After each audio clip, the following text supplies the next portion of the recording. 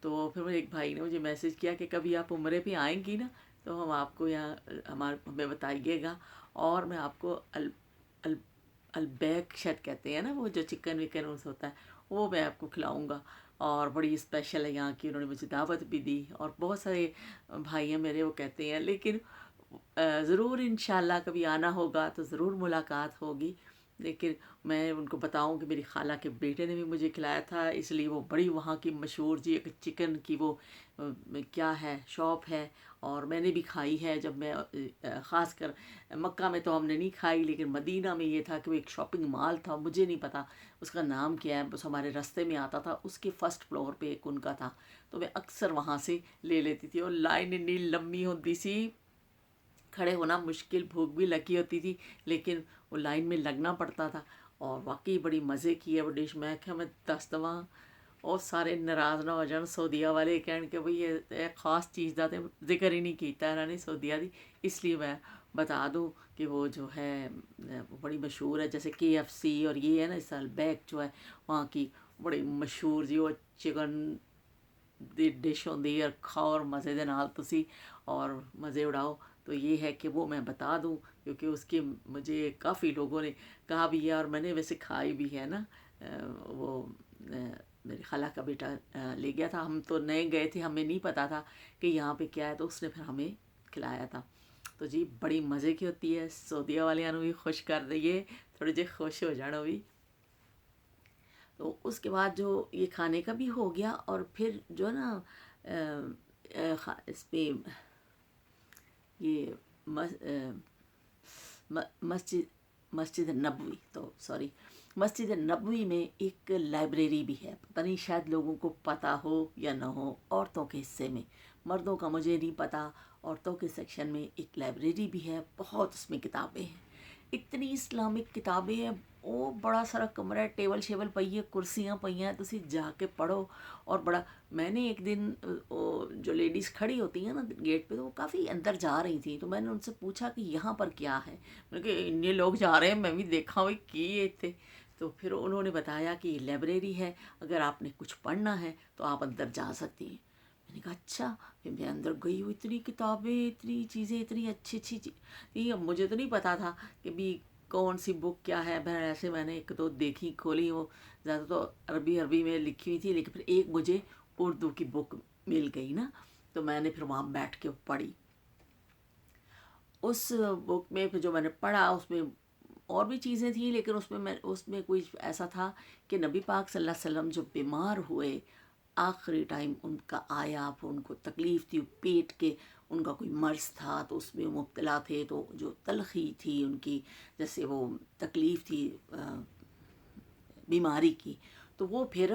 ایک پیالہ پاس میں رکھتے تھے، اس میں پانی تھا، اور تھوڑی دیر بعد ہاتھ بھگو کے اور اس طرح اپنے پھیرتے تھے منہ پر اور اس پورے اس بدن پر، اس طرح پھر پیالے میں ہاتھ پھیرتے تھے، اور پھر اس طرح اپنے بدن پر پھیرتے تھے، اور وہ ان کی بہت تکلیف تھی، اور جو ان کی مطلب جو ان کے پیٹ کے کوئی مرض تھا ان کو، تو وہ میں نے اس بک میں پڑھا۔ مجھے نہیں پتا، میں رائٹر شیٹر کا نام نہیں جانتی ہوں، کدا کوئی طرح میرے ذہن میں نہیں تھا، بس میں تو ایسے کھولی ہوں، مجھے ایسے دو تین پیج نظر آئے،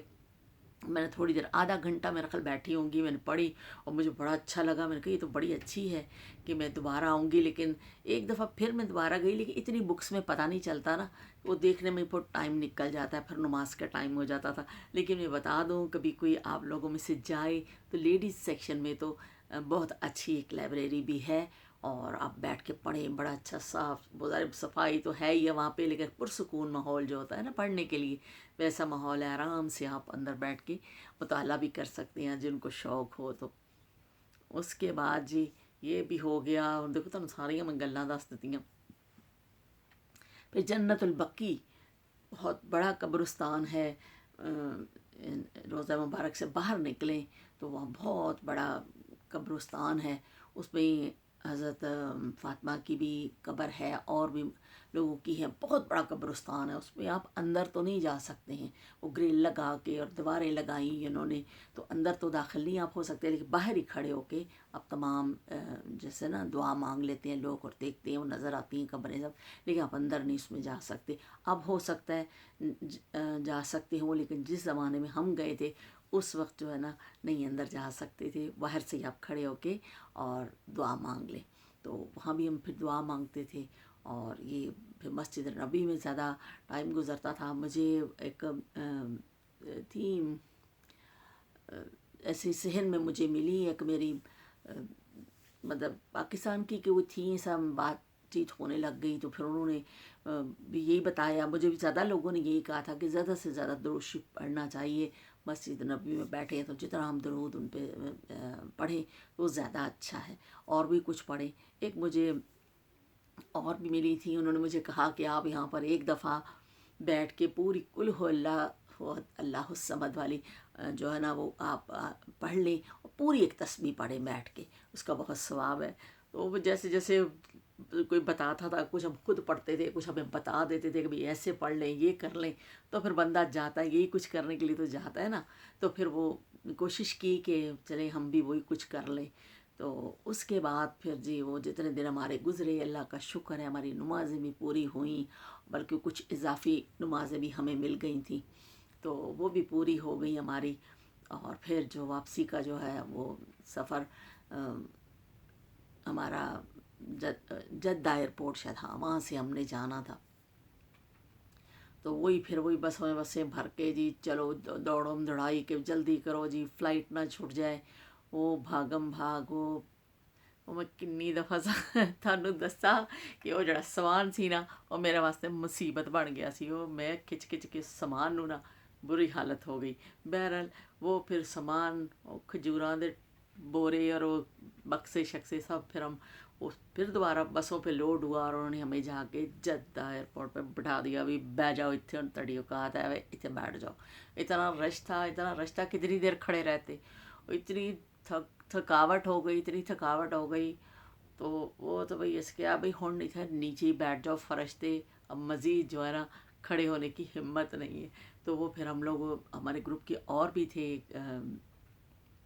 رحیم یار خان کے کچھ لوگ تھے ہمارے گروپ میں، اور جب ہم سب جو ہے نا وہاں بیٹھ گئے، فرش پہ ہی بیٹھ گئے، سامان پیا کول، اور جی ہن بکنگ کھلے تو باری باری جاؤ گے، نیاں لائناں لگیاں ہوتے، پھر تسی اپنا سامان بک کراؤ گے، تو وہ پھر بیٹھے تھے ویٹ میں کہ اب وہ مرحلہ بھی شروع ہو۔ تو اتنی بھوک لگ رہی تھی، سفر کر کے گئے تھے، پھر میں اور میرے ہسبینڈ گئے اپنی امی کو وہیں بٹھایا، ان کا کچھ دے کے آئے، کچھ کھانے کو مل جائے، ہمیں اتنی طلب ہو رہی تھی، مطلب چائے کی خاص کر مجھے بڑی ہو رہی تھی، اور بھوک بھی لگی تھی۔ پھر جو ہے ہم گئے تو وہ شاپ کی صفائی کر رہے تھے، انہوں نے بند کیا تھا تھوڑی دیر کے لیے کہ ابھی ہم تھوڑی دیر نہیں دیں گے، ابھی صفائی چل رہی ہے، اس کے بعد پھر آپ کو کچھ ملے گا۔ پھر آ کے بیٹھ گئے جی ہن کی کریے، کچھ نہیں کر سکتے۔ تو وہ ہمارے ساتھ جو تھی رحیم یار خان سے تھی، وہ زرینہ ان کا نام تھا، زرینہ آنٹی، انہوں نے کہا کہ بھائی میرے کوئی رشتہ دار ایک دن پہلے ان کے کوئی آئے تھے، وہ جو روٹیاں بچی ہوئی تھیں اور اچار تھا، کوئی سالن والن تو ختم ہو گیا تھا، اگر کسی نے اچار روٹی کھانی ہے تو دستیاب ہے، آپ بتا دیں میں دے دوں گی سب کو۔ میں نے بچی روٹیاں رکھ لی تھیں، انہوں نے کہا کہ ہاں دے دو، میں کہا بھی دے دو خالہ جی دے دو، جو ہے کھاواں گے، کی مسئلہ ہے اچار روٹی کا تو اتنا مزہ ہے۔ تو پھر انہوں نے نا ایک روٹی کے اوپر اچار رکھ کے مجھے دے دیا، پھر وہ میرے ہسبینڈ کو بھی دے دیا، پھر وہ سب بھی بیٹھ گئے، وہ اتنے بیٹھ کے اچار روٹی کھادی، اتنا مزہ آیا یقین منو کہ اچار اور روٹی، باسی روٹی رات کی تندور کی جو ایک دن پہلے کی تھی نا، اور اچار کے ساتھ لگا، بھوک لگی ہو نا، اور تانوں سکیاں روٹیاں بھی بڑیاں چنگیاں لگدی ہیں۔ اے چونچلے نے ہم نے یہ نہیں کھانا تو ہم نے وہ نہیں کھانا، جب بھوک لگی ہوئے نا تو ہر چیز اچھی لگتی۔ اتنا مزہ آیا اس اچار روٹی کا میں آپ کو بتا نہیں سکتی، کیونکہ بہت بھوک لگی ہوئی تھی، اور ہم نے وہ کہتے ہیں نا ندیدیاں وانگر کھاتی پھر اسی، تو وہ پھر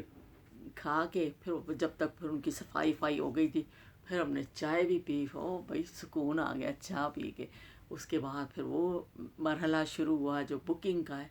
وہ بھائی پھر چل بھائی ہن تو روٹی بھی کھا لئیے تو سب کچھ، ہن پھر بیگ چک تے کڑیس تے لے کے جا، پھر وہ بورا کھینچ کے لے کے گئی، گیلن اٹھا کے لے کے گئی، وہ سارے انہوں نے وہ جب ویٹ شیٹ کرتے ہیں سب انہوں نے بک شک کیا، پھر جان سکون آیا، چلو بھائی ہن جڑا ہے نا سامان بک ہو گیا، آپ بس وہ ہینڈ بیگ ہی ہمارے پاس تھے تو ہمیں کچھ نا سکون ملا۔ لیکن گھنٹوں کے حساب سے ایئرپورٹ پہ آپ کو پھر نا ਟਾਈਮ ਗੁਜ਼ਾਰਨਾ ਪੜਤਾ ਹੈ, ਬਹੁਤ ਹੋਗਾ ਬੜਾ ਸਬਰ ਚਾਹੀਦਾ ਹੈ। ਤੁਸੀਂ ਗੁੱਸੇ ਵਾਲੇ ਨਾ ਹੋਵੋ, ਬਿਲਕੁਲ ਆਰਾਮ ਨਾਲ ਤਸੱਲੀ ਦੇ ਨਾਲ ਉਹ ਆਪਣੇ ਅੰਦਰੋਂ ਗੁੱਸਾ ਸ਼ੁੱਸਾ ਸਭ ਖਤਮ ਕਰ ਦੇਵੋ ਅਤੇ ਬਸ ਆਰਾਮ ਦੇ ਨਾਲ ਨਾ ਤਸੱਲੀ ਦੇ ਨਾਲ